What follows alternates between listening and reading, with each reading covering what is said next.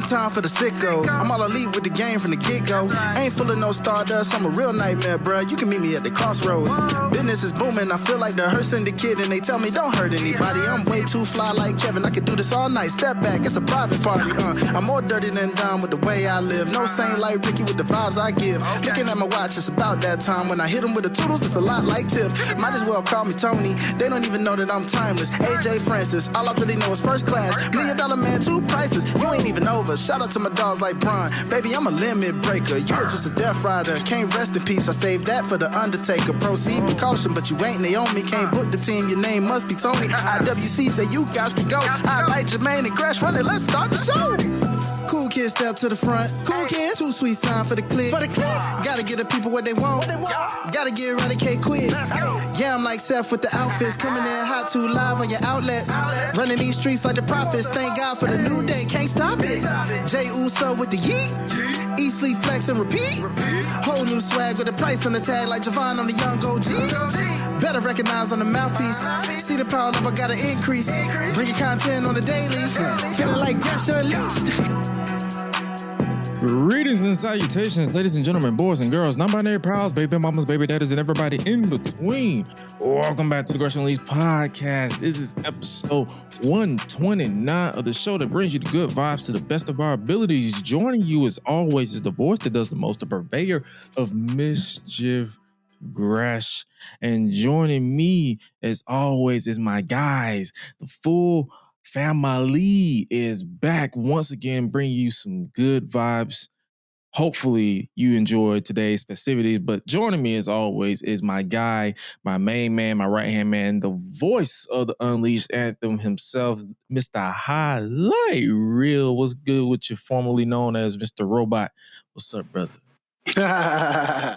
Hey, hold up. We muted. We unmuted. Okay, we unmuted. I got that you. That thing always says like it always still says muted for some reason. It's delayed. It's okay. Yeah, I got you in play. It's all right. I know you do, my brother. It's all good. We here. But what's up, peoples? What's happening? Welcome to another great episode of Gresham Unleashed. It's your boy Highlight Reel. Glad to be here. How my brothers doing today, man? Yeah, speaking of brothers, hey, we got the giant in the family. We got the boy representing Sussio's boy Sports, as well as all the clean shaven brothers of the world. Mr. Jermaine, what's up with you, brother? Jermaine. I'm just happy to be here. That's all I can say. I'm happy to be here. Yeah, he's repping the Ball brothers loud and proud. Come on, now. Bald and bearded is beautiful, baby. Hey, whatever happened to Montel? Speaking of repping the Ball brothers proud, whatever happened to that guy? He just disappeared. He around. He just ain't relevant. Speaking of relevant. Yikes. Got him. Okay. Rest my case. All right. Well, we kicking off good. But yeah, man, we are here back for another fun installment of the show. And wrestling world ain't really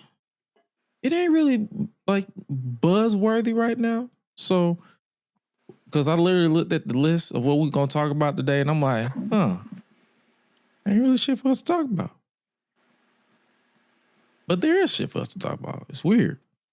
That's the thing about wrestling. It's like it's always something popping, like the John Cena heel turn, and then there's always stuff that is just floundering and boring, like the actual heel run. We talked about it last week. And then there's always stuff that's going on screen, behind the scenes, whatever the case may be. But hey, whatever happens, we're here to talk about it for the next hour and a half with you guys. So I guess we can go ahead and start off with, I guess, the news that everybody's talking about, especially what happened on Raw or before Raw even went on the air. And that is Naomi is not medically cleared. I'm assuming she's not on TV. Big Jim, let me find out. What's the rumor? I don't know rumors. No, I'm just no rumor. I be clocked off. I'm about to say what I no missed? rumor. I just saw Shorty say something in a joking way, and I'm just like, Jimmy, let me find out. That's all. No rumor, just Oh, okay. I'm like observation or speculation. That's all. Like, do we think she's injured, or is it just a situation to where it could be that? We don't know. It's pure speculation. Hey man, after Seth Rollins got me, I ain't saying nothing until the word come out. My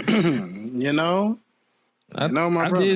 I did see some. I did start seeing like people, her fans online panicking. Oh my God, what happened? Like I saw that same rumor. Big Jim, you couldn't wait 3 more months. Blah blah blah. And I'm like, if that's the case, you can't manage that type of stuff. Hey, bro, listen, and if we're gonna address it, let's just go ahead and address it face forward. Because if y'all mad that she might be, y'all really not real fans. Because if you were real fans and you knew their story, you knew how much trouble they have been having and how much trouble she personally has been having because of different health issues. So if she is, and that wild rumor is true, congratulations to them, blessings to them. Moving forward, much love to them, because this is something that they've been working for, striving for, and didn't think that was possible. And if it is, then God bless. Y'all just need to shut the fuck up about it. Agreed. The Lord works in many mysterious ways, and age ain't nothing but a number when it comes to how the Lord worked those miracles. So, in the event that possibly is a possibility, like my brother beautifully put, hey, early congratulations, possibly. And if it is something opposite of what we think it could be, then prayers up in hopes that this is something that doesn't require relinquishing the title. Whatever it is, speedy recovery. Prayers up, prayers up, prayers up. That's literally it. No matter what it is. If it's a mental issue where like, this is just me throwing it out there. If it's a mental health issue to where she need a break, prayers up. If it's that situation to where they bring in new life into the world, prayers up. Wish you well.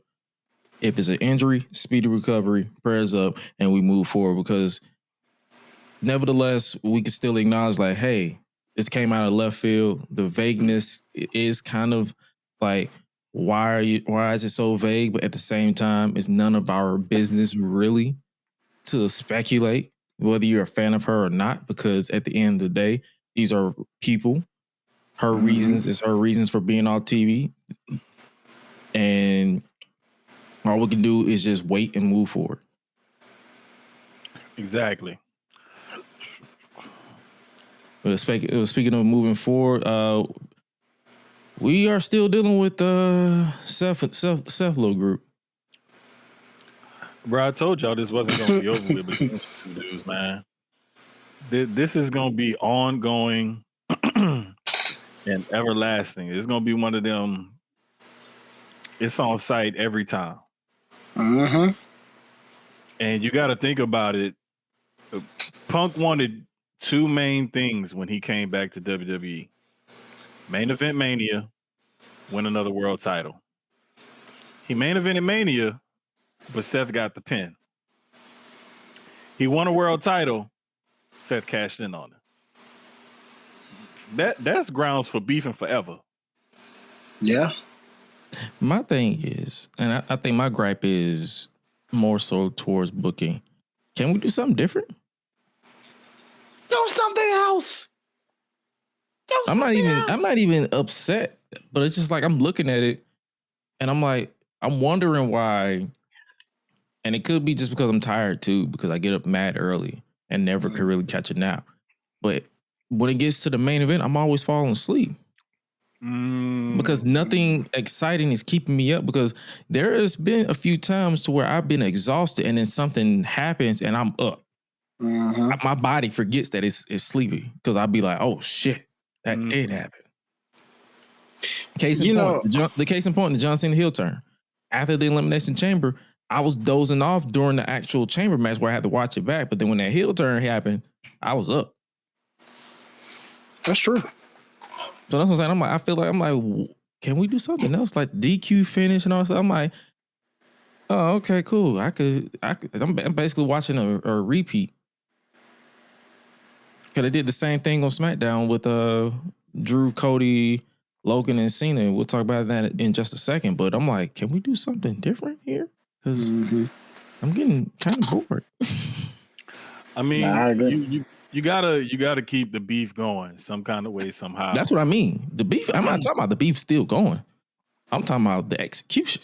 Can we do something different? But see, that's the other thing. Whenever they do something different, people be like, "What the hell is this?" Not me. I'm saying not you specifically, but you know what I'm saying? For the most part, people be like, "Oh, what are they doing? Why are they doing it this way?" Blah, blah, blah, blah. And it's like they did something different from what you're used to seeing, and now you're upset about it.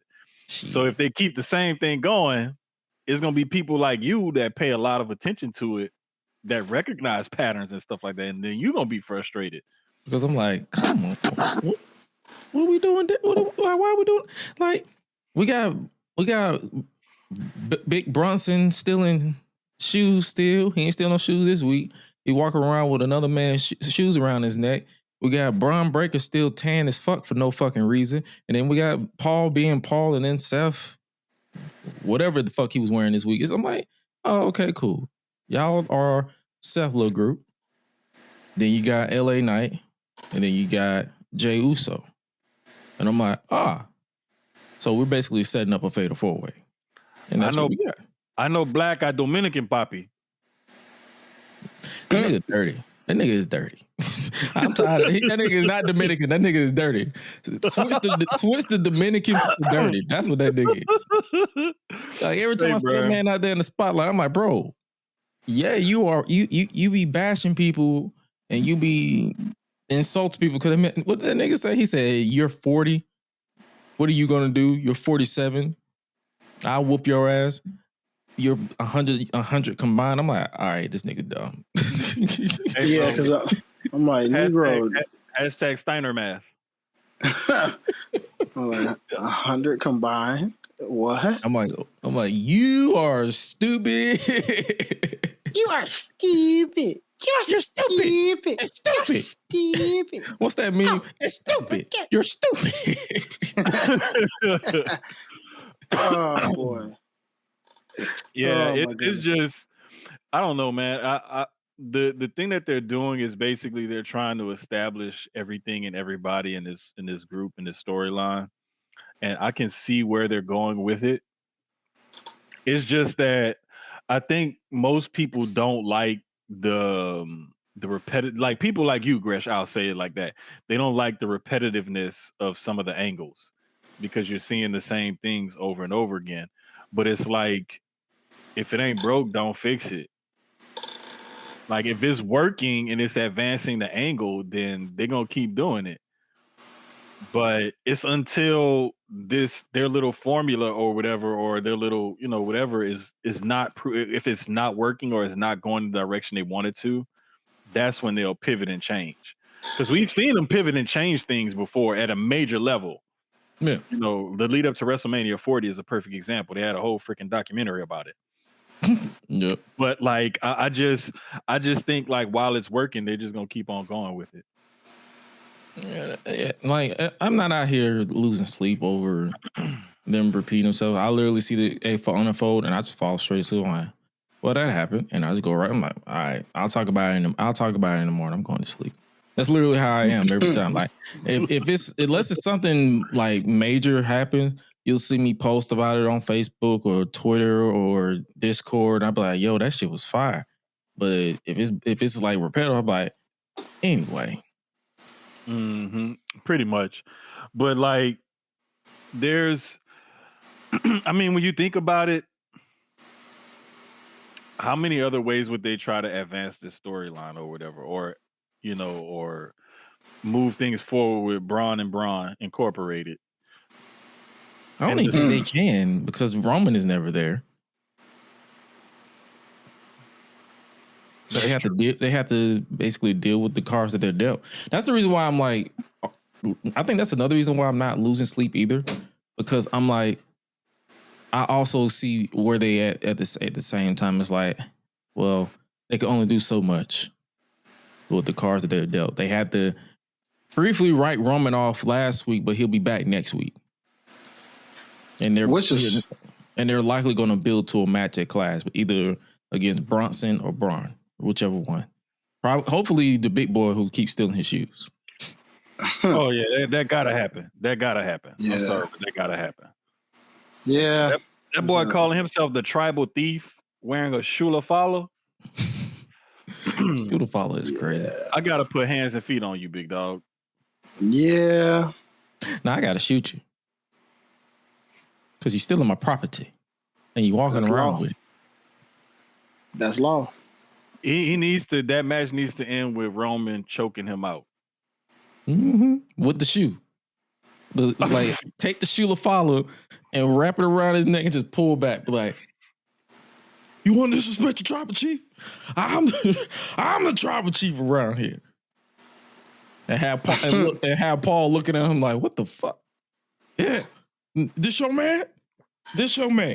Just like the visual of him like toppling Bronson with the shoes just pulling back on the laces and just like, yeah, go to sleep. Nah, any sneakerhead would not do that. Well, Roman ain't really a sneakerhead when you think about it. Because then they say, remember when his early days he used to wear church shoes? True. They had to put him on game. You got to remember listening to Jimmy and Jay in them interviews. So he's not a true sneakerhead because sneakerheads aren't put on game. They're defined by the game. They're already in the game.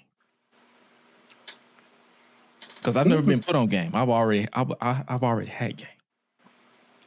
But I'm saying though, every sneakerhead has their origin story. Yeah, and his was the doors of the church are now open. Hallelujah. But now that'll be an interesting, like, yeah, it's interesting that they went this route because I saw a lot of people upset that they went the Fatal 4-Way match. Y'all think Roman is losing at Clash in Paris? So why will he be in the Fatal 4-Way? Who thinks he's gonna be in the Fatal 4-Way? No, I'm talking about some people were confused. I saw the reactions. Some people were confused that he wasn't in the Fatal 4. I'm like, just because he's not in the Fatal 4, it doesn't mean he's not gonna get involved. He still got beef with. He still got beef with Seth. Like, I don't know, bro. You know how wrestling fans are. They get a one-track mind and then they run with that. Mm-hmm. So it's no telling, bro. It's really no telling. True. I mean, it's all funny because a week ago when you had OTC out there and he got beat down, all of a sudden they're chanting yeet. No Jey Uso. Week now, Jey comes out, they're chanting OTC. No OTC, but Jey's out there. Which one do you want? Make your mind. I think they want both of them. It's the case of them, and that's the case that I'm talking about. It's the case of them both getting beat down, and it's like nobody's answering the call. So they're like, "Hey, these guys need help. Where's Roman? Hey, these guys need help. Where's Jey?" That's that case point. It's not. But speaking of things, where, when, and how, where do we think they're going with Damage Control or the remnants of Damage Control? Because it's looking like they're just about to take Io's head off. And I'm here for it. I can't wait for that Asuka Io match. That shit is gonna be a banger. I'm getting the vibe. Yeah, both of them are going heel. Because they kind of need a heel tag team right now, and all they have is Roxanne and Raquel. And Alexa and Charlotte kind of need some heel tag teams to feud against. So it seems like Kabuki Warriors eventually are going to heel. My thing is, weren't they already heel? No, they've been babyface the entire time. Damage Control ended, so they've just been floating as babyfaces. Oh. The Kabuki Warriors. Yeah, they've been baby faces since the Oscar came back and everything. I can't keep up, so that's why I asked. I was like, huh. Yeah, I know, man. Hey, I'm interested. I'm into it. Speaking of things that are interesting, I don't have the picture up yet. Bailey, what y'all think was up with Bailey? Girl going sicko. Breaking point. That's my song of the week. Breaking point. No. Can I get to the yams? Sweet yams. Wow. Yamala James. Yamala Martinez. I think what they doing is they teasing like another character change for her. And if it is her going heel or her going a little bit like more hardcore, skittish, whatever, I'm here for it because Bailey is so underrated and so versatile as a character that everybody originally thought she was pigeonholed into this white meat baby face hugger and everything. And then when she switched it up on everybody, it really shocked everybody. And she was really good as a heel, especially with that ding dong hello, like that whole bit. My sister hated Hugger Bailey. Bro, that was one of the best gimmicks ever because it was like a wrestling fan come to life who actually got to wrestle. Like that's what like how many of us that's still doing content, media, whatever, like we all grew up in wrestling wanting to probably wrestle or do something like or see it or whatever one day. She actually got to live out that dream as that character. Mm-hmm. So I see why the character was so popular. But like when she flipped the script on everybody and went heel and went total opposite of what she was before, like nobody thought that would work, and it worked perfectly. And she was able to parlay that into this now role model gimmick, as championing the women's division and upholding the division and everything. And now she's about to morph into something else. So I'm loving it. I can't wait to see what she does because it also helped that she had Sasha underrated. It also helped that she had Sasha right next to her. Yeah, but even after Sasha left, I'm talking about as far as like someone to learn from. Right. Mm-hmm. No. That's good. But she was still good enough of a heel on her own. Oh yeah. Like she was still good as a heel. Remember when people thought Sasha was the one that's going to turn heel and Bailey was going to go right back babyface, and they was like, "Ha, no." Yep. And when they made Bailey a more vicious heel and made Sasha the sympathetic figure, I think that's what really like got Bailey like it put her up another level to me. Because anytime you could make Sasha the sympathetic figure as bad of a heel as Sasha used to be and as hated as she used to be, still is. Exactly. like that was great work by the both of them, to be honest with you, and especially by Bailey. Yeah, I agree. Speaking of work, Ludwig Kaiser is making El Grande Americano work because the crowd is loving this dude. Yeesh. It's got to be because, I mean, I guess, well, the people love Kaiser anyway, and hey, if this is the way to have him on TV, run with it. I know some people really are kind of tired of the whole El Grande Americano thing. There's 3 of them niggas. 3 of them. And they all British. No. Kaiser's German. 2 Brits and 1 German. 2 Brits and 1 German. They're European, but they're white. All right. Kaiser's a big ass luchador. I used to think that until I saw Dominic, and I saw because I used to.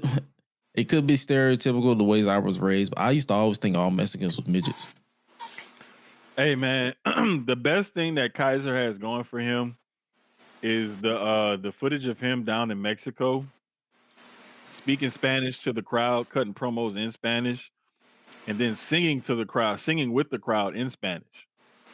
Like those people love him because he more or less, like Chad Gable was like the stereotypical I'm gonna pretend like I'm a luchador mass character kind of person. But Kaiser actually lives the gimmick. by speaking Spanish and cutting promos in Spanish and stuff like that. Like he's working the gimmick a lot better. And it makes it even funnier when you got two Brits to come beside him. I mean, it almost reminds me of like the old school Doink the Clown gimmick. Whose idea you think this is? Bruce Pritchard or PSA's? Shit, what if it was Jason Jordan or Bobby Roode? That threw this idea out and Triple H is like, yeah, this works. Hey, bro, the whole fact that Gable is like 5'8" and Kaiser's like 6'4", 6'5", and then Tyler Bate is like 4'11". And Pete Dunne is like 5 foot. Yeah. All these versions. Like, which one do you want to choose? Hey, none of them. To be honest I with need you know what else I need? I need Omos big ass to come out as El Grande Americano next. Yes. El Grande African. Let's go. El Grande nigga. Let's do it. Let's do it. I really need to see mask, everything. The tassels on the boots, the singlet, the whole 9 yards. I'll be El Grande Homo sapien. Yes. Hello. That's really a Grande Americano. And I need him to shimmy. I need to see him shimmy. Shimmy, yeah. Just like that's hilarious that you suggested that, because literally Chris Van Vliet tried to joke and be like, what if it's Omos? And I'm like, Negro, it's a big old black Grande Americano? Yeah, it's so absurd to do it. At this point, it's so absurd to do it. Why not? Why not? So he gonna go from being a ninja, from being a big old ninja for Tozawa to being a big old Grande Americano. Bro, why not? This is pro wrestling. Like we've seen more ridiculous shit in the past. Like, come on now, stop acting like that. Hey man, crazy stuff. Hey man, they literally had Apollo Crews out there with an African accent, so anything's possible. Kofi Kingston was Jamaican. Took it to the roots. Took it to the roots. That nigga took it to the roots of Wakanda. Bro, yeah.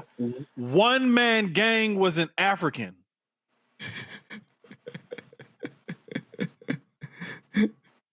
I rest my case. Wasn't Viscera a rapper or a hip hop dude, a hip hop head at some point? Yeah, when he was Mabel. Men on a Mission. Men on a Mission. I was trying to think of the name. I was like, so yeah, we've seen some weird shit. Like we've seen some pretty ridiculous shit. Like let's not including act like tagging with God, huh? Yeah. Oh yeah, I'll never forget that. Oh, gave him a spotlight entrance and everything. And now that nigga need a hearing aid. It's crazy. God said, all right, bet. I'm finna tear your body down. Can you hear me, Vince? I guess God won that one, so I'm gonna get you back with a lawsuit. Oh wait. I said I'm gonna take everything from you. Slowly but surely.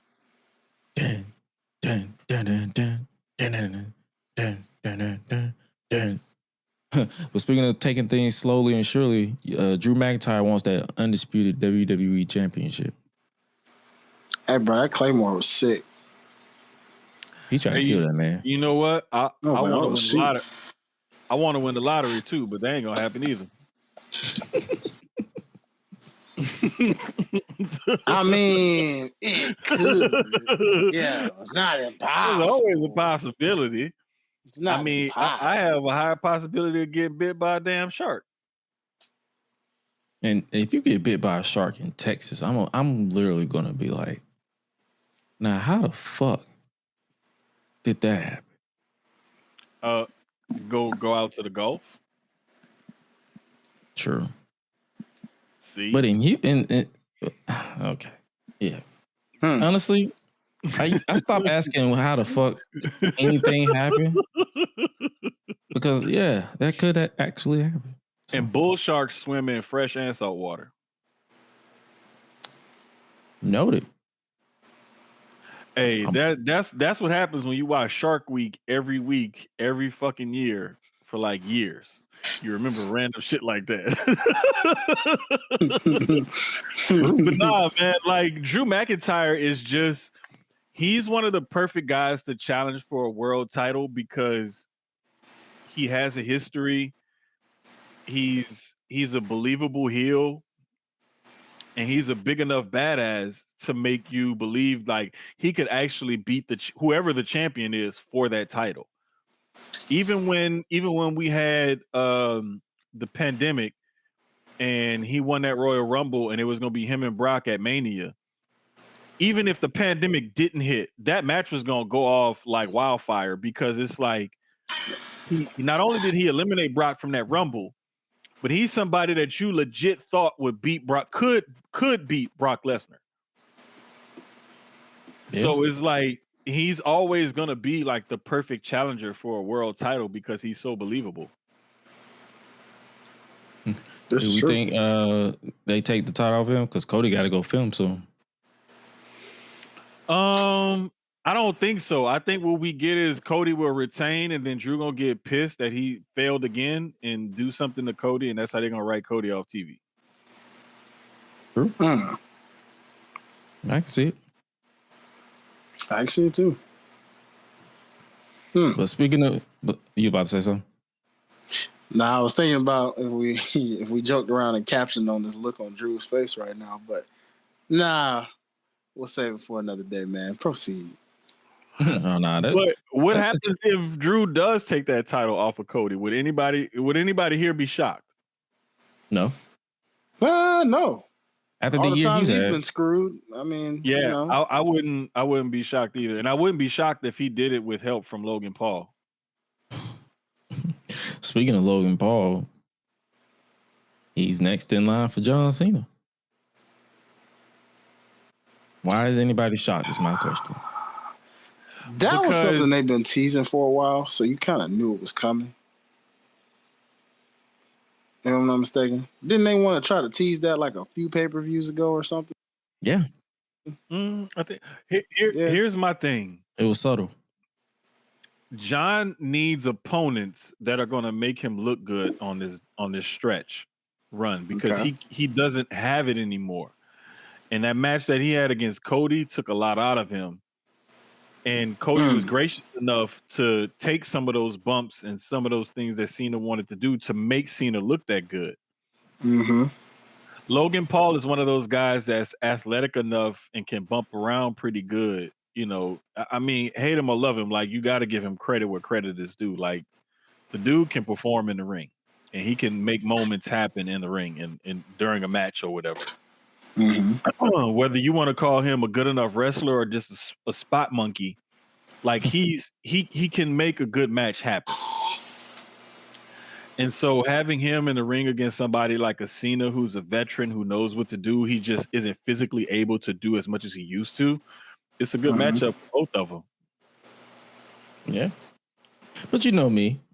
Just because he's good at something don't mean I gotta like him. So exactly. Feeling is very mutual. I'm like, hey, he's there. The matches is going to happen. Got to deal with it, but I'm not going to lose sleep on it. It's like I can respect you as a performer, but I don't have to like you as a person. Exactly. Like I'm not one of those people who gets in under anybody's comment. Oh, but you know it's true. This is Logan. I'm like, okay, cool. You're not changing my mind. I still don't fuck with the nigga. Thank you. Like, why is that so hard? Like, people can't draw that line of delineation between the character, the performer, and the person.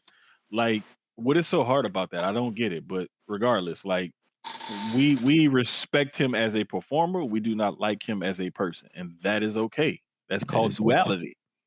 Okay. And the reality from some people need to accept is that Sami Zayn isn't going anywhere. Come on. Bro, come on, man. That guy is one of the most beloved and underrated performers in the company. And Sami Zayn has gone out there and had good matches and good programs with damn near any and everybody he's been put up against or with. And he's just one of those guys that like he's almost like bro, I don't even know how you would put it. Like okay, I put it to you like this. If you're a basketball person and you take a 6'7", 6'8" guy who can play defense and shoot the three, a 3-and-D wing, right? That can guard can guard different positions and can shoot the three on offense. Like that type of player works in any offense on basketball. That's Sami Zayn. Yep. And the reason why, because it's like I keep seeing people say, "Oh, he'll turn this, he'll." One thing I'm noticing online is a lot of people are clamoring for a heel turn, but they can never give a logistical reason why. Oh, he's boring. Okay, he does the same thing. Okay, so does Roman. Okay, so does Jay. What are we doing here? What is so different about what he's doing compared? Everybody once an act is over. Once an act is over. Same thing with Cody. That man has been the same thing since 2016. It's the WWE system. They have a specific thing that makes everybody do the same stuff. It ain't the indies, people. You know what I'm saying? Like what? It's like they want. It's like WWE is money. They love about money. They love money. If they see that whatever they love, that whatever they have you doing is working financially, they're gonna keep making you do it. Why do you think Jay Uso is no longer crash out main event Jay Uso? He's Yeet Jay Uso because he's making them money. Why do you think they keep coming up with various iterations of OTC for Roman Reigns? Because he's making them money. That's the reason why the tribal chief character has pretty much been doing the same thing since WrestleMania 40. As far as after he lost the title, he's been doing the exact same. Nothing's changing. And Sami Zayn is like, yeah. Could they do something different with his underdog character? Yes, I said that earlier with the whole Seth's little group. Like they need to do something. Like I feel like they need to do something different. Otherwise, me personally, I'm just going to just go into autopilot when they're on TV. But at the same time, I'm not going to be out here and act like this man is the most despicable wrestler I've ever seen, or quote unquote Sammy Hogan that y'all still keep calling these people. And the worst part about it is, though, Gresh, is that there's a particular corner of the IWC that says stuff like that. And just because that one particular corner is loud and wrong and ignorant, don't mean that we got to really address them. Like, they could respectfully kiss my black ass because they don't know shit. And if you gave them the pencil, the program would fucking suck. Oh, yeah, because everybody be world champion every week. Every week. Bro, we would have no value. The title would hot potato once a month or every couple of weeks, or one person would hold it for like an eternity, and it would be the most boring shit ever. Like these people are incessant in their belief that they can book a better show. And it's like when you corner them and you ask them, okay, give me what you think this should look like. It sucks. It sucks. And I actually, it was years and years and years ago. I actually went there with somebody and I was like, tell me how you would book the next 3 months then. And I was like, if you can't tell me how you would book the next 3 months and make this shit sound entertaining and put asses every 18 inches in every arena that you're trying to fill up, then don't talk to me.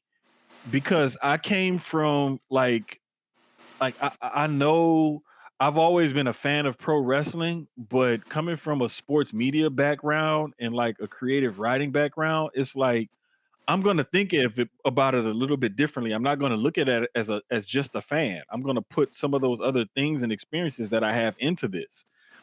And that's why WWE is a multi-billion-dollar, multicultural, multi-successful company, is because that they've been able to appeal to such broad audiences, from the hardcore fans to the casuals all over the world.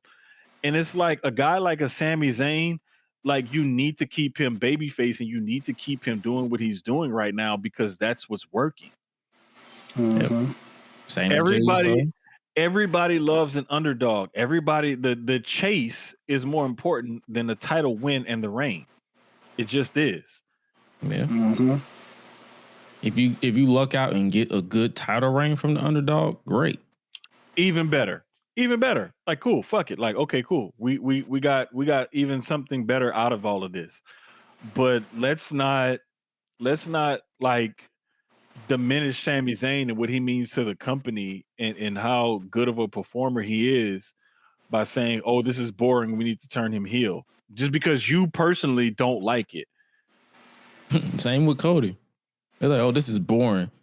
Let's turn him heel." I mean, the crowd says otherwise. The pain, like I think, like his execution and what he said made you side eye. But Paul had a point. He's like, we mainly pay attention to the people who pay in the crowd. Like the subsection online doesn't really matter all that much. Yeah, they matter. They're critical, but they don't matter at the same time because they're not the ones in the arenas filling out the seats, making their voices heard in person, having a good time.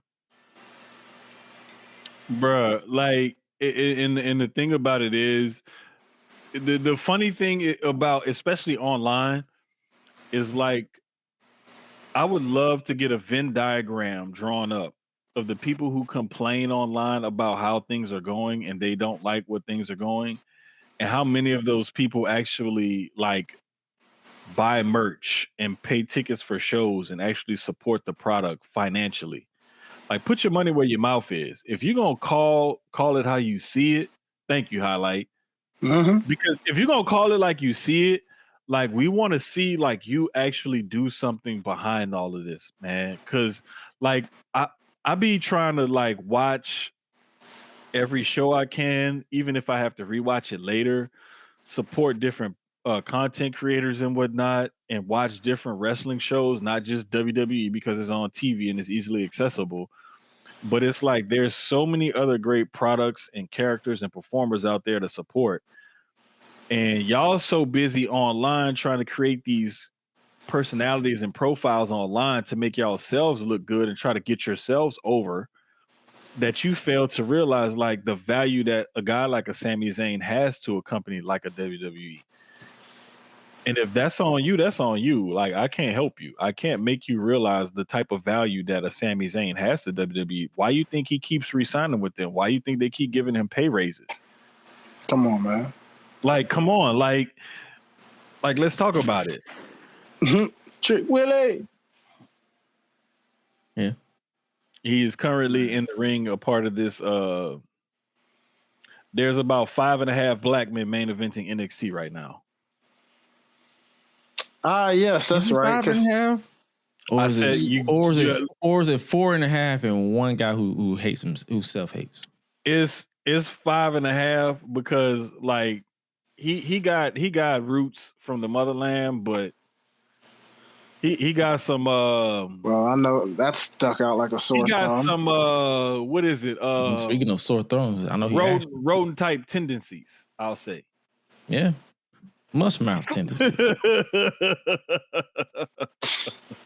Y'all so fun. Hey man, I like those guys all together right now. Nigga sound like he goggling mashed potatoes right now. Say, bro, my only thing is like he's too zebra-ish for me. Yeah, it's all good.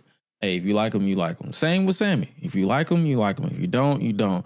You ain't gotta make your entire personality that you don't like somebody because, hey, at the end of the day, fuck them. I don't like people. Like I think I said it on the show a couple times.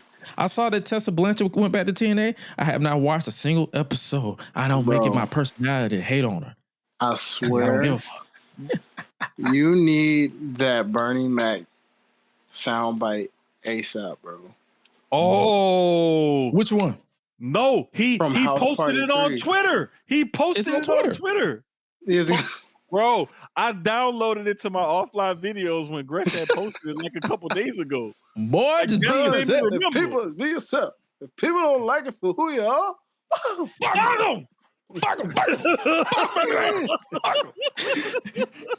Oh man, that dinner. Oh my gosh.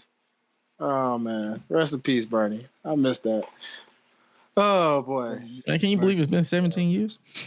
Bro, Crazy. no, that shit made okay. Like I got grown ass kids, right? But don't nothing make me feel older than when it be like it's been so many years since so and so passed, or it's been so many years since such and such happened, or bro, the fucking 20th anniversary of Katrina is coming up, and I'm like, what the fuck is happening to my life right now? Oh yeah, I remember Katrina. I still got to watch that documentary on Hulu. I keep forgetting. Oh, there's a documentary on Katrina? Yeah, I'm about to look and see if it's on my little It reveals a lot more than what they told us back in the day. Say, bro, Really? rest in peace. Oh yeah, okay. Bro, listen, rest in peace to my homie Richard. But he was down there when this shit happened, and it's a lot of shit that went down that is not like how the public is told or perceived or portrayed or what have you. Like it was some foul shit going on down there back then. No surprise. Yeah. So. No surprise at all. But speaking of shit going on, to get back into the topic, Karrion Kross. Oh boy. He's out here, I think. Maybe. Say, bruh, like real talk, it be sometimes where WWE be really pissing me off with these signings and re-signings and this, that, and the third. And if we all getting worked, more power to you. But if this ain't a work and this is a shoot, like this is for real, I will be the first. And I'm normally, y'all know me, I'm not a prisoner of the moment. I don't normally like have a hot take or a reaction off of just something coming up, like, you know, and even with the set stuff that took place like a week or two ago or whatever, like it took me a while, but that's only because I've seen people have those type of falls and have those type of injuries and have really serious knee injuries and have to have surgery, rehab, and so on and so forth. But if this is for real, I'm going to say it right now, this is a fucking fumble by WWE because that dude is he has a mind for the business and he's so fucking talented. And Scarlett as his valet, wife, manager, whatever you want to call, like, well, she is his wife in real life, but like as his valet or manager, whatever, she feeds into everything that he does and makes him she just enhances his character. This is a fucking fumble if they did not re-sign this guy and if they do not re-sign the both of them. If I look at how they booked him, they don't care. But I'm gonna be honest with you, the way they booked him almost fits like the character and the storylines, because in a win or a loss, as long as he's making you think and second guess yourself, he wins. Because ultimately that's what his character was all about. Like these last few months was like getting people to second guess themselves and question themselves and their motives behind why they're really doing what they're doing. And if he got you to second guess or think or whatever twice about it, he won because he was already in your head. So, I mean, I'm a fan of Kross, and whatever he does next, I'm gonna follow and support him. But WWE dropped the ball on this one. I'm not gonna lie, and they've been dropping the ball on this dude since they first signed him originally and let him go, and then brought him back. Like they've been dropping the ball. Well, the first time that was Vince's fault because nigga brought him out stripped him down, put him in a mask that I still think about visually because I'm like, damn, bro, Spartacus. He was the white Farouk Assad. Literally. He were Farouk ass.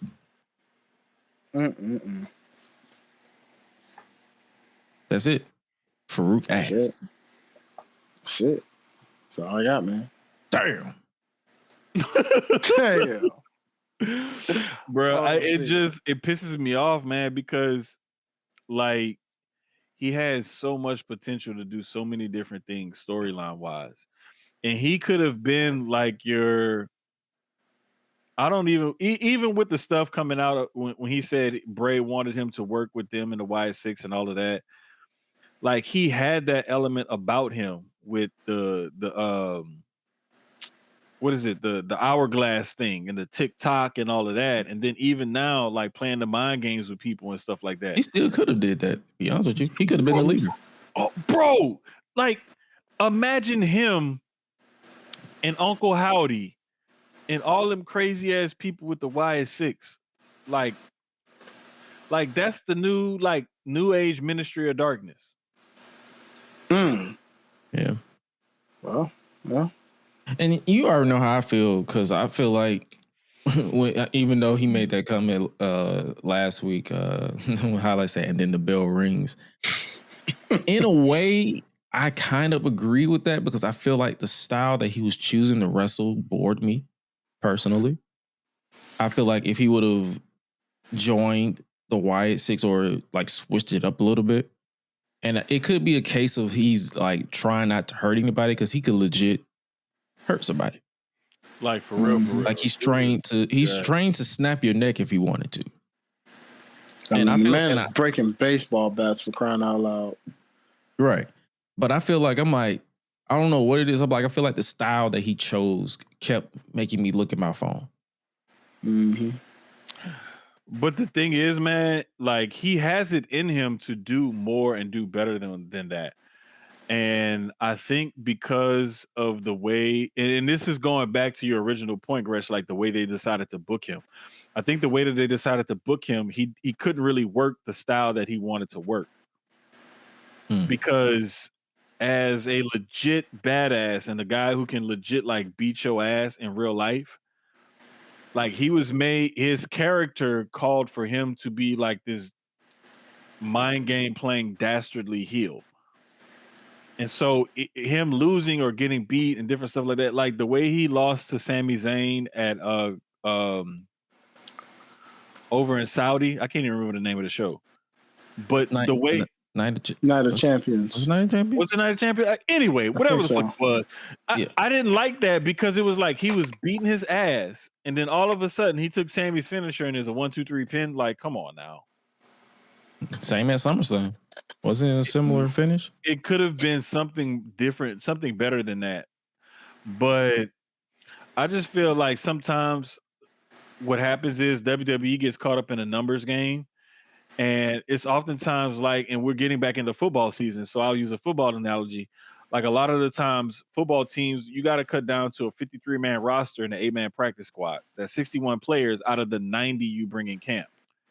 So there's 29 people that you got to cut from your team that you can't even hold on to, and 8 of those on that practice squad might get picked up by other players. At some point, some people just become victims of a numbers game. And it's like we can only hold on to so many people and pay them so much. And unfortunately, sometimes guys like this, and is with Scarlett, females like that, like they get cut. And it's nothing but a numbers game. And you mentioned numbers. It make like his numbers wasn't really up there like at Bloodline or Brock or John Cena level as far as social media interactions. When you think about it across the board, they also look at that as well. No, but I mean, when you look at the crowd chanting for him and then Triple H purposefully ignoring it and talking about Brock. I'm not gonna hold you. I'm not gonna hold you when I saw that. I'm not gonna hold you when I saw that. I thought they were saying we want Brock, but then when I watched it back, I'm like, oh, they said we want Kross. Bro, they were clearly saying we want Kross. No, you know how I am. Like when I'm barely paying attention, it sounds. But that's because you was like probably half asleep. Yeah, that too. It was literally after SummerSlam, so I was half asleep, so I thought it was we want Brock. I'm like, yeah. I was like, I want Brock. I mean, he's right. Okay, but then when I looked it back, I'm like, wait, them niggas clearly said we want Kross. Bro, not only that, like they're chanting his name. They're giving him a huge pop during main event tapings. You know, the tape before the actual show main event. They yelled and screamed to get his merch sold online and at shows, and they decided to do it. And you hear the crowd, you say you listen to the crowd, and then you do this. It's just like, what the fuck are y'all doing? Well, it's a case of Triple H just got bored with him. Let's call a spade a spade. Yeah, because, bro, kind of like you mentioned with fans earlier and merchandise and keeping that same energy. If they were to work us or bring this man back, whatever the case may be, after all this we want Kross stuff, Negro, y'all better be chanting that still and cheering the moment the bell rings, because I'm still standing by, and then the bell rings. Bro, but that's what I'm saying, though. Like, he's better than that. Like, he is. He's way better than that. It's just I've followed him since his TNA days. I know what he's capable of. I'm just talking to the fans and strictly them fans. If you don't say this because it's a wave and a fad. You better. They didn't chant we want Kross on Raw. Yeah, because the bell rings and I'm hearing nothing but straight up pins and mouses. This is also true. And that leans into the point where I was saying the style that they have him wrestling didn't work. Because they want Kross. Yes, the merch was moving, but then the bell ring and nothing. And that's the part that's like, it's up to WWE because at some point, the people who are at the live shows and the TV tapings and the pay-per-views and all of that, those are the people that are more like there's some hardcores, but there's way more casuals that buy tickets to go and see the shows than the hardcore. I mean, of course, they pricing everybody the fuck out. Exactly. So you have a different crowd that you see in person than what's going to be online and vocal online and stuff like that. So it's like you got to balance it out by like working that character to fit both styles. And sometimes they get it right. Sometimes they get it wrong. And I mean, nobody's going to bat 1,000. In baseball, if you hit the ball 30% of the time, you're considered great. And that's what I mean. Like, for them to be like, I'm literally watching WWE Unreal. They say they listen to the crowd and they always pivot. You would think that, hey, Kross is good. We know he's good.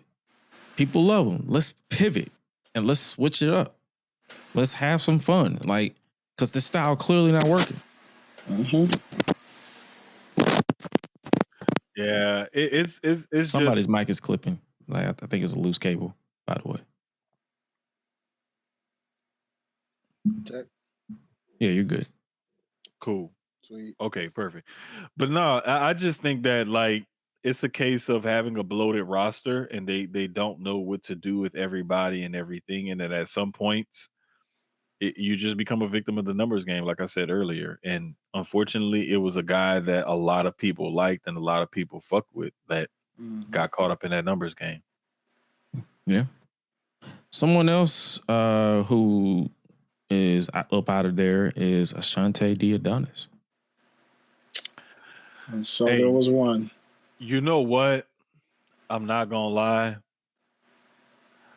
My thing with him is I'm wondering if he was signed to a main roster deal or still on the NXT deal, because on NXT you only get a 30-day non-compete. On main roster deals you got a 90-day non-compete. His contract expired. So if his contract expired, he's clear to go. Hey, Darius Lockhart, you got Ashe coming up on September 6th. I don't know what you got to do to get him in there, but I would love to see Ashante the Adonis on Ashe on September 6th on that card. Please and thank you, brother. Please and thank you. You know, they turned that man into a milkmaid. You could. I mean, somebody just kicked somebody out of first class. Oh, you think he should? Oh, I mean, you could just kind of walk. Oh, you think it should be him and it should be a three-peat, him and Swan and the Adonis.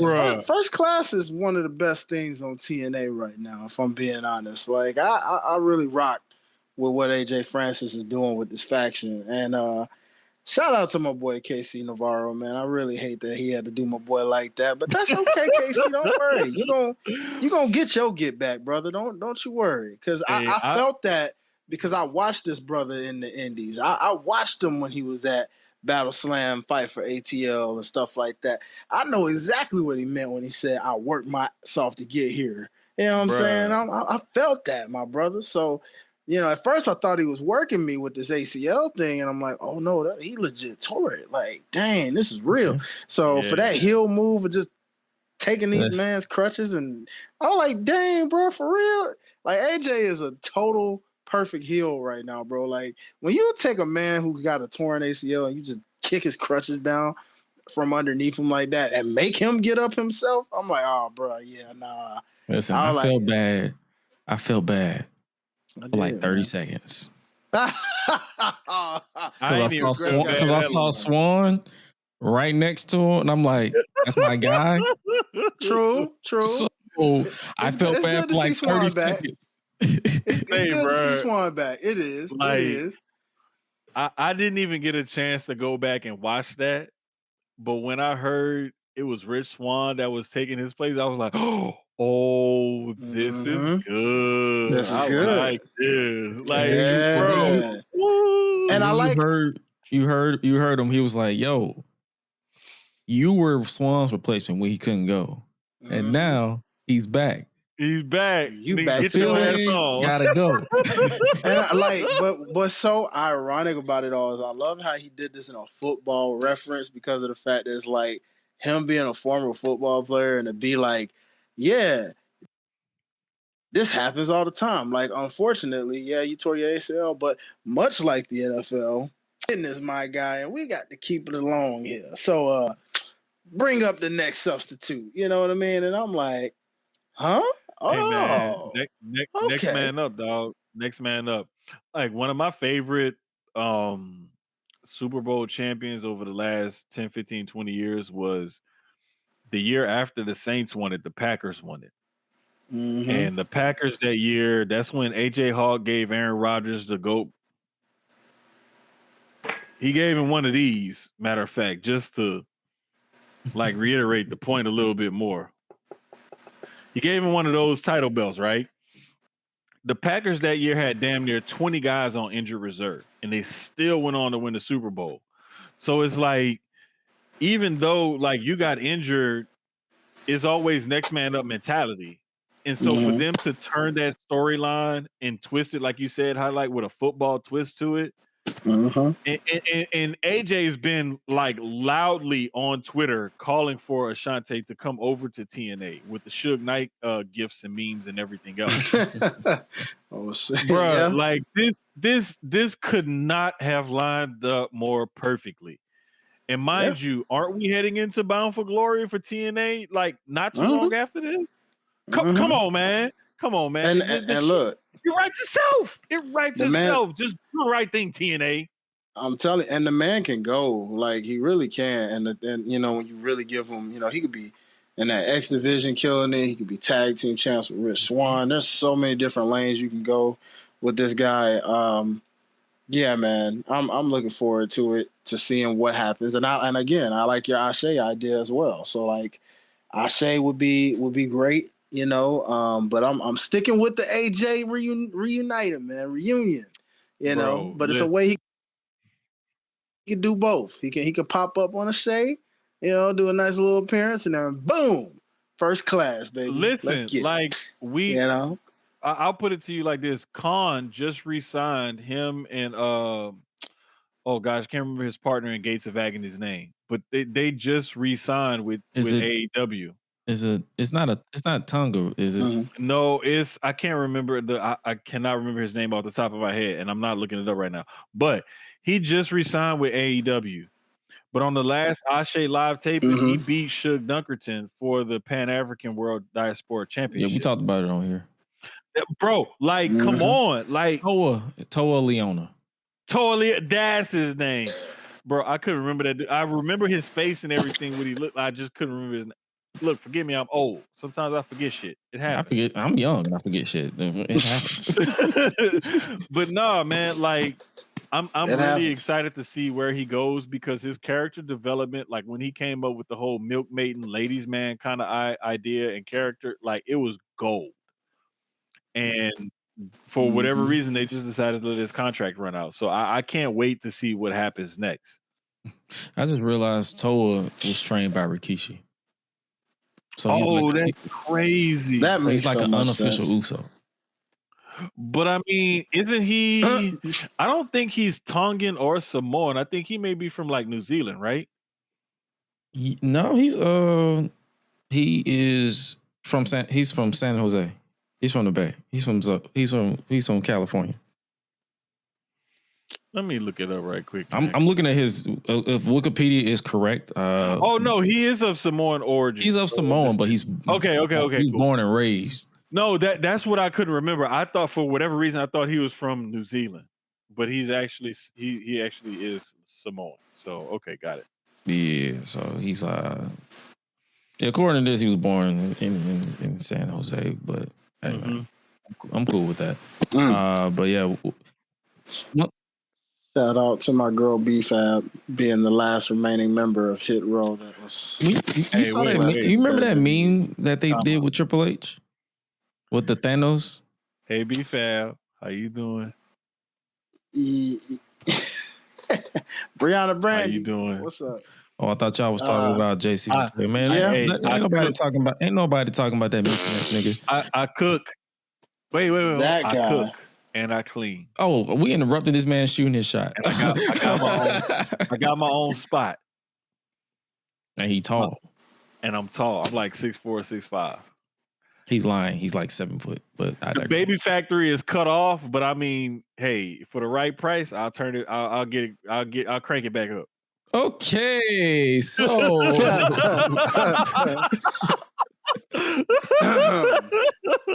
Well, in other news, one person. Hey, y'all wanted me to go. Don't blame. Do not blame me because y'all wanted me to go there earlier, and I decided to go there later. I'm glad he said that, Gresh. Before you move on with that, brother, my boy Kevin Knight wanted me to tell y'all what's up, man. Hey, tell Kevin Knight I'll beat his ass.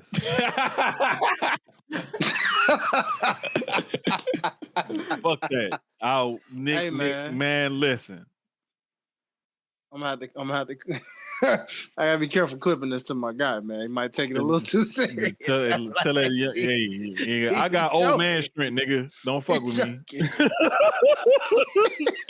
Nah, man, I'm just playing around, bro. I got country boy strength. Yeah, try to fuck with me. Listen, I got too much to lose, man. I can't be out here fighting shit like that.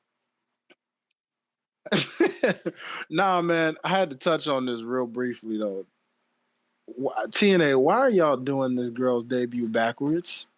Because I don't get it. You debut her in a tag, Mara Sade. Because I'm trying to understand why you debut her in a tag match with the Inspiration. They win the match, but she doesn't even get the pin. Then you debut her in a singles match. Yet neither one of these times did she get a reaction. No vignette, no introduction. You just debut her. You could have built it up so the fans could anticipate.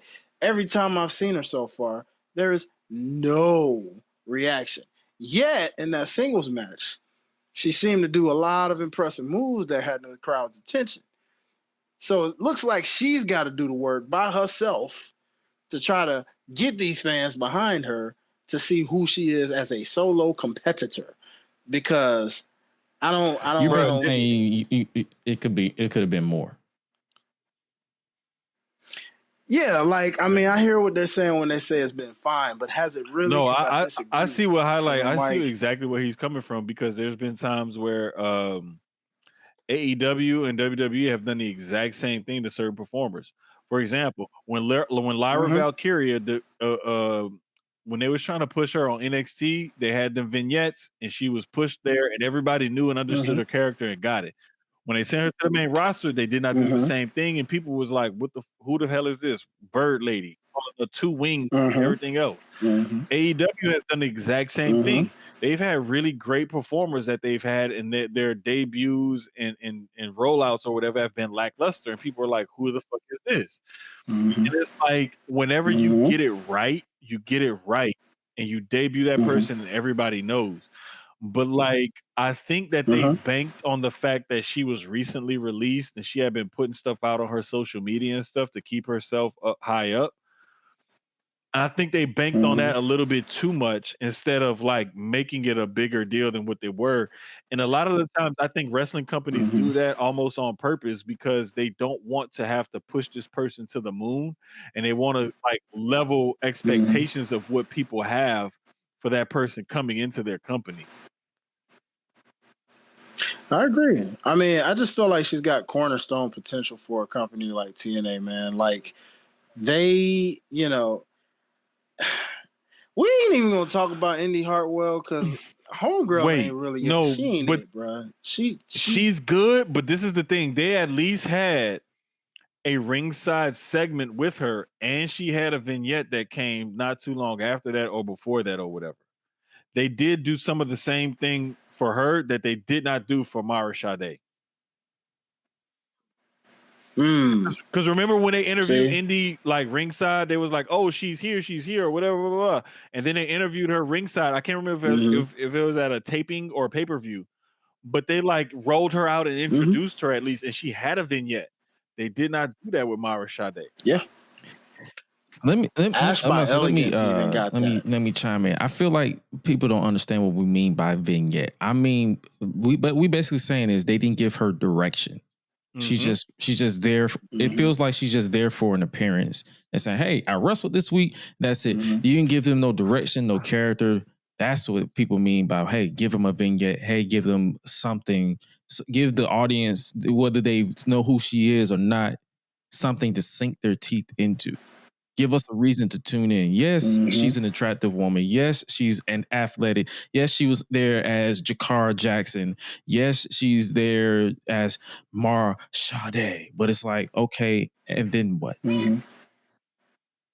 Why should I care long term? Why should I care? Why should I turn in next week? Why should I tune in next week? Like, give her. That's what people mean by saying, hey, you could do more. Yes, her debut and her appearance so far has been fine, but sometimes in wrestling and sometimes in life, you shouldn't settle on fine. You should want more. Y'all can continue. I just had to chime that in.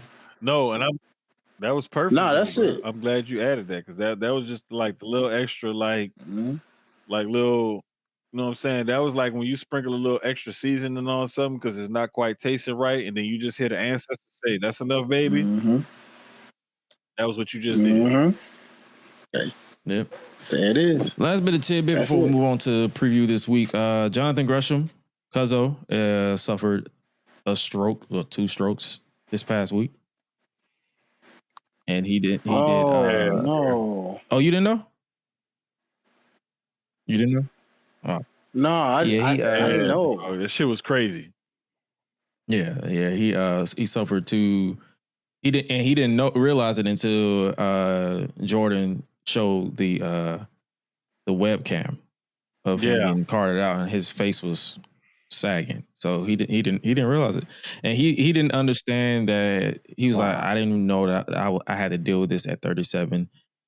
And the reason why I'm bringing this up is, fellas, ladies, gents, make sure you guys take care of yourself. Like, it doesn't, like, one thing about them strokes, it does not care about your age, because I know a gentleman who is barely 25 just suffered a stroke to where he had to go get surgery. And he was just 25. Bro, like, your health mentally and physically is so important. And a lot of the times we ignore it or say we'll be okay, and we try to push through things, and we really shouldn't. And I'll never forget, this was close to 6, 7, 8 years ago, whatever it was. One of my articles that I wrote here for ESPN 97.5's website was my experience on getting my vasectomy or whatever. And I parlayed that into men's health. and just an overall article about how we as men need to take better care of ourselves. That article helped me get a bonus that year for placing in the top 3 of clicks and views on the website, simply because people saw what I wrote, and I wrote it from a personal point of view, but related to where everybody can relate. And it's like, like we as men, especially black men, we don't always take our health, especially our physical and mental health, as seriously as we should. We don't go to the doctor enough. We don't get checked up enough, and we don't check in with each other or someone that can help us enough, and that's something that's hugely important. And you could blame it on whatever you want to blame it on, but the fact that this man wasn't even 40 years old and had not 1 but 2 strokes, like that's scary as fuck, because I'm a little older than him. And to see somebody younger than me suffering with those kind of health issues, as fit and as shape as we think he's in, and for him to still experience those issues in the kind of shape that he's in at the age that he's at, that's scary. That's scary. And that should scare any and everybody into like really checking themselves like, hey, I need to do better. Period. Yeah. Agreed. The key thing I would just touch on before anything is just everything Jermaine said. Fellas, just go get checked out. Make sure everything's straight. Get your man, prostates, all that good stuff, man. Just check all that stuff. And as he said, you can be in shape like that, still be battling stuff you don't even know of. It has nothing to do with physique all the time. It's just a matter of get yourself checked out. It's genetic. It's, just a little bit of everything. Traits, just stuff that you don't even realize you have, man. Get your blood work. Get everything checked. And learn your family history. And bro, yeah, I legit just had a conversation. I got to check on my sister, matter of fact, because we was just talking about this shit a couple days ago. And she was pissed because nobody told her about this issue that she was having. And they were like, oh, yeah, it's all the women on one side and a couple of women on the other side of our family have dealt with this. And she was like, what the fuck? Like, nobody told me nothing. Like, so I'm sitting here dealing with this, and I didn't even know that this was hereditary on both sides of my fucking family because y'all don't say shit.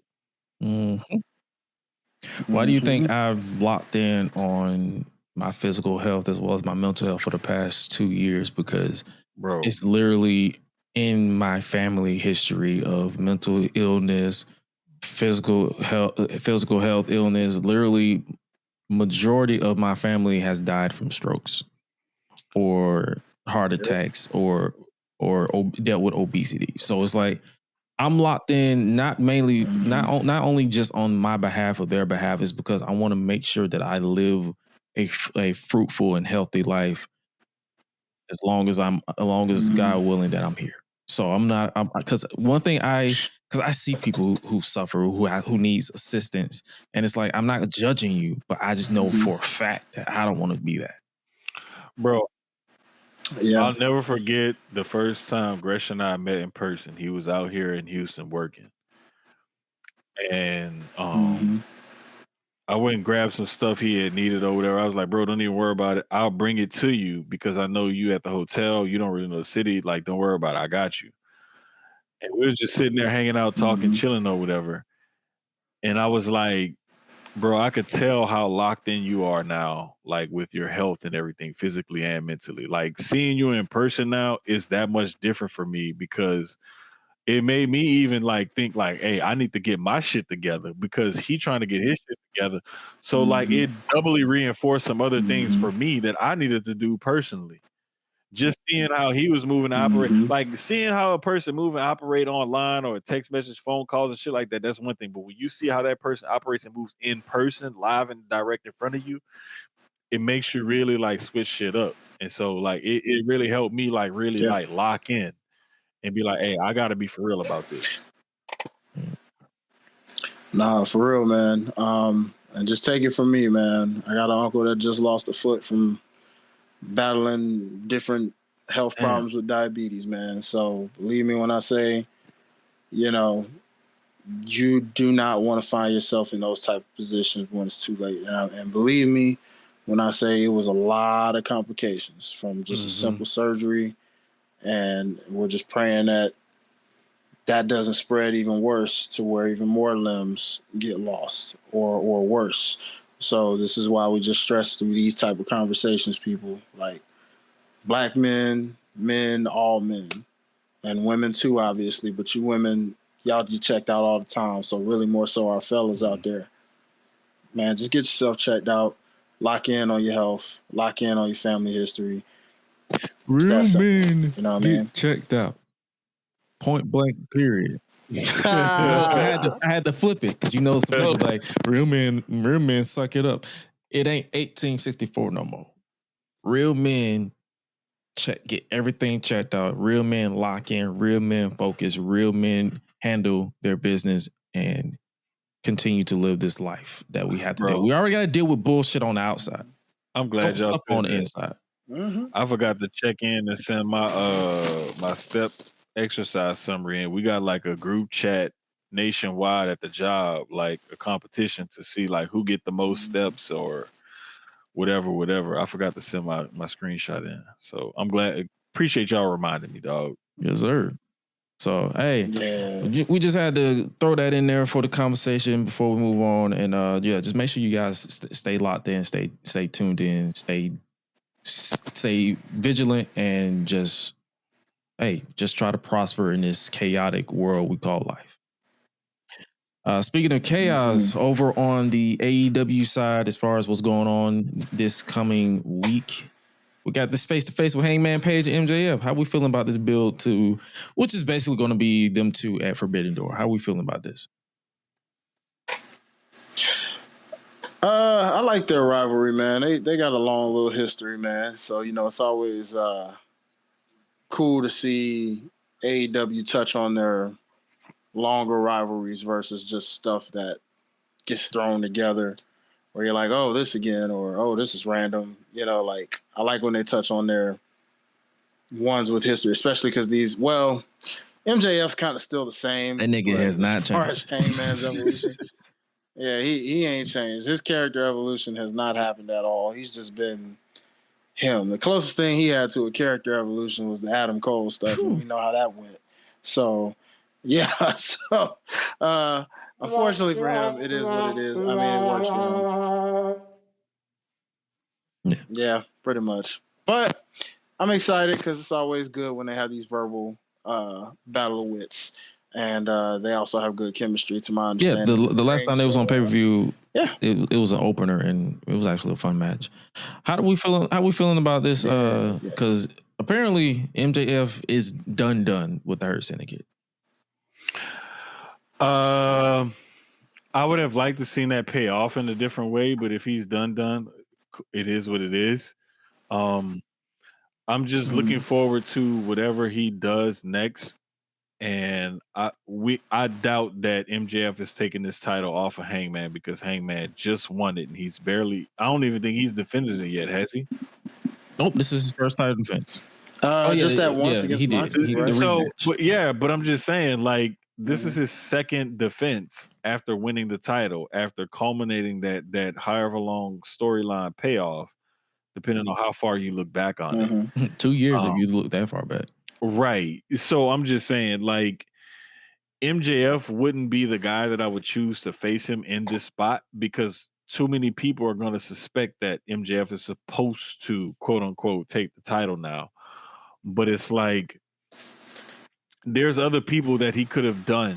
He could have feuded with or had a match with or whatever, to kind of start his title reign off to kind of more establish him as a title winner. As opposed to MJF. But I mean, if they use MJF to feed him to Hangman, to feed the Hangman storyline or whatever, so be it. Like Clip said. Yeah. So, hey man, I'm not against this match either. So I'm like, one thing about MJF, his character is hit or miss for me because, like you said, the repetitiveness. But as far as in-ring wise, I've never been bored with an MJF match. So I'm not against it. Speaking of matches we have, and we just talked about him and his wonderful lady, Kevin Knight. will be going one-on-one with John Hey. Moxley of the Death Riders. So this would be a nice showcase match for Kevin Knight. I haven't really been. I've kind of been falling asleep on Dynamite the past 2 weeks. I don't know why this match is happening, but it is happening. So, you know, I would like to see a surprise moment from this, but we'll see how it plays out. You never know. So, and then this match right here is happening also for some reason. Hey man, hey bro. Why does Stokely keep putting himself in these situations? Stoke is one of the best characters in wrestling. Like he said, he is. What he's his you talking about what he said last week? I'm short, I'm bald, and I don't get no hoes. And I've been fighting for my life. Bruh. I was like, hey man, like why the fuck you admit that shit? What? Minus 1 point for the ball delegation. He need to holler at our boy Jermaine because, you know, ball brothers stick together and he's the opposite of what you are, my guy. So he can at least listen. I'm gonna keep it all the way real. My phone be dry as fuck. I don't have it like people think I have. I really don't. Like I do the best I can, but my phone dry as fuck. Like I feel where Stokely I get no pictures. Like I'm just tall and I have not always fought all my life. But Stoke, I don't have hoes either, bro. Like, I feel you, dog. It's okay, bro. I feel you, dog. And majority of wrestling Twitter don't either, so they can relate. Dre, man, listen, you better say that. Don't even put that comment up on the screen right now. Dre just he like to cause trouble. Oh, now I want to see it. He said bald and short. He already got 2 strikes walking in. Yeah. God damn it. Yeah. Dre, you fucking bald. He's projecting. It's okay. But he is tall though. I give him. Yeah, that. He's tall. Like so. Yeah. And this ain't even Dre and the other Dre that do the Lax podcast. This is my homeboy Dre that's the truck driver here in Houston. I'm thinking this other Dre. Dang, homie. No, imagine me on Wednesday nights doing Susio Sports having to deal with both of them menaces. He said, "Yeah, I'm bald and beautiful." You see, cut that nigga's microphone off. He ain't even got a mic, but cut his mic. He said that dude. He talking about Stowe. He said that dude barking like Scrappy Doo. Yeah, him and Braun Brady got that in common. They both bark like Scrappy Doo. God damn. Hey man. Mm-hmm. Let me out. Let me out. Hey man, y'all don't stop doing my boy Stoke like that. Y'all leave Big Stoke alone. Let me out, Uncle School. Let me out of Uncle School. Y'all leave Big Stoke alone, man. Big Stoke is that's my guy. I like Big Stoke. Yeah, I hope Big hilarious. Stoke gets the win too. Like FTR gonna interfere and hit Edge with something, and Stoke gonna get a roll up win. Like I love it. They gonna break the restraining order? Hell yeah, man. They gonna have to. Hey, I in the match when I see a match like this, you know what I smell? Shenanigans. I smell a ref bump. Oh yeah, of course. Man, I smell a ref bump. I smell a ref bump a mile away. Jermaine, I swear.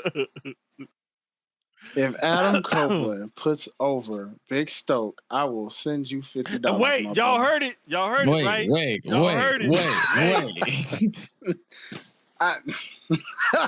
Bro, I just don't see it. This man has barely put anybody over since he's That's why it would be so perfect. That's why it would be so perfect. Highlight. I hear you. The key word there is it would be. Look, but it ain't happening. I'm just saying. We've thrown out all kind of wild takes and conspiracy theories on this show before. Why not throw this one out? and that's why my wild take is if this man does that, I will send you $50. Y'all heard it's it? on record. Ladies and gentlemen, you've heard it here first. Highlight says he's going to send Jermaine 50 buckaroos if Big Stump beats Adam Copeland.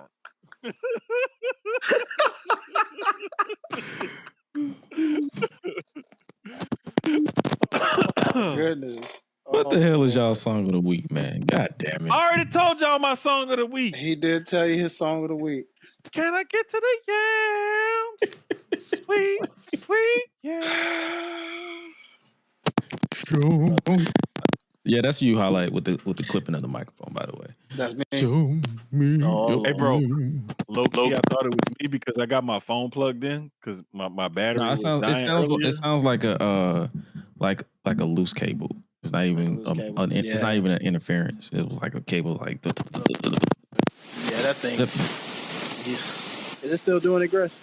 Yep, a little bit. Yeah, we about to close out soon, so you're good. There we go. Cool. You know what, Gresh? Just for us being here in GA, my song of the week is gonna be Mary J. Blige and Ja Rule, Rainy Days, because we've been dealing with all this rain. Man, you do not know how to fucking drive in this goddamn rain. I'm like, yo, I was about to go to the gym after work, but I was like, yo, this shit is not worth me getting back out the house. I was like, let me just go back to the house. I can afford to miss one day in the gym. I go like 6 days out of the week anyway. So it's not the end of the world. And as far as mine, 911 by Teddy Swims. So you got the call 911. That's a good one. Yeah. That's a good one. I'm like, all right, yeah, this works. Hey, but you know what? Like, I really did. Like, I was fucking around, but that really was my song of the week. I had an honorable mention too. Yeah, that works. I had an honorable mention. Let me hold up. I gotta pull it up right quick because I can't remember the name of the damn song. Oh, there it goes. I think this is it. Yeah. Okay. It Depends by Chris Brown featuring Bryson Tiller. And the main reason why I'm shouting that song out is because the homie Marty McFlyer Than You wrote Chris Brown's verse on that song. So shout out that was a song I was supposed to pick for song of the week, but I got caught up in Pam's Yams, and who can blame me for that? You got caught up in Pam's Yams. Jay also got caught up in Jada's Yams. It's a whole lot of yamage getting caught up in. Listen, is this really a thing? No, I'm like, bro. Yeah, I'm feeding into the bullshit. But I did see a video of them leaving an arena together. So who knows? So none of my y'all gonna prove my girl Lulu right, who swears up and down that Jey Uso's her husband, and I'm like, this man is whole married, and she's like, where? I don't believe you. I don't see his wife. I'm like. To be fair, you're not going to see his wife because his wife, like, sometimes some of them don't like to be in the spotlight. Like, you don't see Roman's wife everywhere. Exactly, my brother. Exactly. Thank you. Galena be pregnant like a motherfucker. Right. Like, so basically, the moral of the story is, unless like, you never know what these people's situations is. So it's like, we can joke about it or whatever the fuck, but at the end of the day, we don't know these niggas. They don't know us. And the weirdos who are obsessed with this man's love life, he's not gonna fuck you. Get over yourself. Agreed.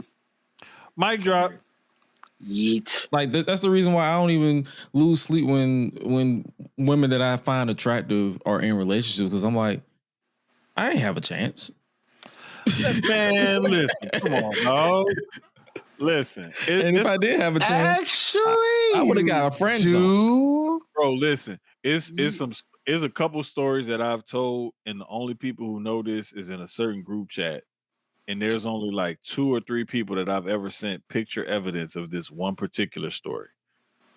Oh. But like, I've had access to high level women before and been turned down. And like, yeah.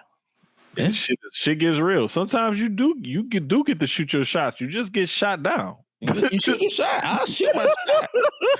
I'll shoot my shot. Oh, trust me, I'll shoot my shot. But then sometimes I talk myself out of it, and then I'll be like, yeah, let me just take this L right quick because it sounds weird. But I just said it's weird because if I ain't never tell you anything in this life, that it is extremely possible for you to talk yourself out of some pussy. Bro, listen. And it's extremely possible for you to talk yourself out of getting piped out. Because you know why? Some of y'all niggas be weird. Yeah. I have faith in you, brothers. Oh no, I'm gonna get mine. But at the end of the day, I'm not finna, like, I know for a fact, I live in the real world. And I know for a fact that I didn't really stand a chance to shoot a shot at your freaking Jada Parkers or Jakar or Mars Sade or Last Legend. Like, let's be real. Like, who? You never know. But at the end of the day, trip to Florida. I don't see these people every day. You also don't live in Orlando. I practically live in Tampa when I'm in Florida. I live in Tampa Bay. So. All right. Because I love you two brothers and we got such a bond, I decided to send y'all the photographic evidence with the Cliff Notes version of that story. All right. Just check the text. We'll check it. But speaking of checking text and all this stuff, that is our show, ladies and gentlemen. Hopefully you guys enjoyed another installment of the Gresh Unleashed podcast. You can follow yours truly at It's Gresh, AO is Gresh everywhere else. Gresh Unleashed Pod. If you want to subscribe to the podcast itself, scan that QR code if you're visiting in video format. If you are listening online, www.greshunleashed.com. The conversation is not done though. I will see you this coming Thursday on the Public Enemies podcast.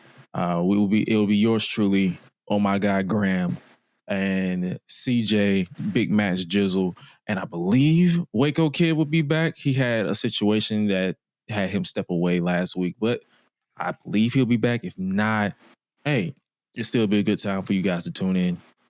If you haven't already, follow the champ, the giant Jermaine at @the_Jermaine, Sucio Sports. He will be live tomorrow, I believe.